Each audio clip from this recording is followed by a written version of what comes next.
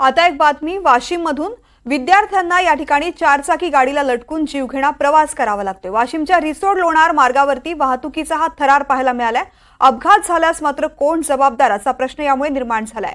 विद्यार्थी चारचाकी गाडीला लटकून जीवघेणा प्रवास करतायत। वाशिमच्या रिसोड लोणार मार्गावरती वाहतुकीचा हा थरार पाहायला मिळालाय, त्यामुळे अपघात झाल्यास कोण जबाबदार असा प्रश्न यामुळे निर्माण झालाय। माझे सहकारी साजन धाबे आपल्या सोबत आहेत। साजन, नक्कीच तृप्ती, वाशिमच्या रिसोड लोणार मार्गावरील हा प्रकार आहे। प्रवासी वाहतूक असला धक्कादायक प्रकार समोर आलेला आहे। शाळेत जाणारे विद्यार्थी चक्क एका चारचाकी गाडीला लटकून शाळेत जात आहेत, मात्र वाहनधारक देखील त्यांच्या जीवाची पर्वा न करता त्यांना अक्षरशः गाडीमध्ये कोंबून आणि गाडीला लटकवून विद्यार्थ्यांचा जीवघेणा प्रवास केला जात आहे। त्यामुळे खासगी वाहनधारकांकडून शाळकरी मुलांच्या जीवाशी खेळ सुरू असल्याचं चित्र दिसून येत आहे। आणि या खुल्याम चालणाऱ्या अवैध वाहतुकीवर जिल्हा परिवहन विभाग असेल आणि वाहतूक विभाग असेल, प्रशासन असेल, मात्र याचं दुर्लक्ष असल्याचं यावरून दिसून येत आहे।